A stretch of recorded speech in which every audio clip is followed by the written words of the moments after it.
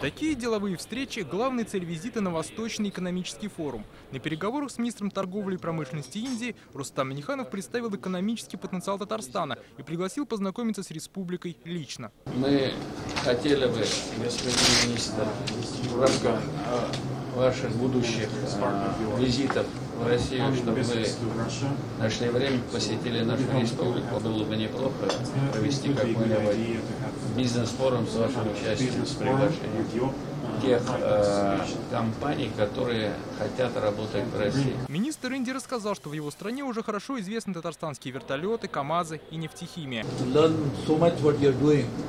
Мы знаем, что вы делаете все. Скажите, что вы не делаете.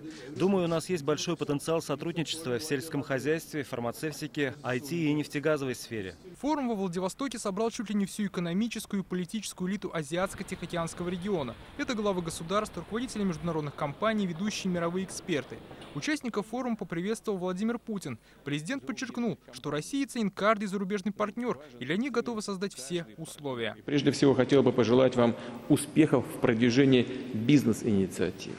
Рассчитываю, что встречи во Владивостоке станут хорошей возможностью для налаживания надежных деловых связей, для плодотворного сотрудничества во всех регионах России. Отметим, что Азиатско-Тихоокеанский регион просто изобилует потенциальными инвесторами и партнерами. Сейчас на эту часть света приходится больше половины мировой торговли. За успехи в экономике местные страны даже называют азиатскими тиграми. Ежегодно их показатели растут быстрыми темпами. По прогнозам, экономика Китая и вовсе скоро может стать первой в мире. Дальневосточным партнерам уже приглянулись татарстанские шины. К этой продукции на встрече с Рустамом Миннихановым интерес проявил президент Монголии.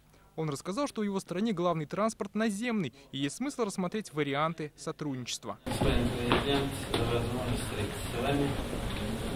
Очень приятно, что я имею такую возможность. Рустам Минниханов также встретился с руководством китайских, японских, южнокорейских компаний. Пообщался президент с участниками конференции молодых дипломатов Азиатско-Тихоокеанского региона. Мы в своей работе опираемся на молодежь, потому что все новые прогрессивные изменения возможны только благодаря вовлечению в нашу работу молодых специалистов, кадров.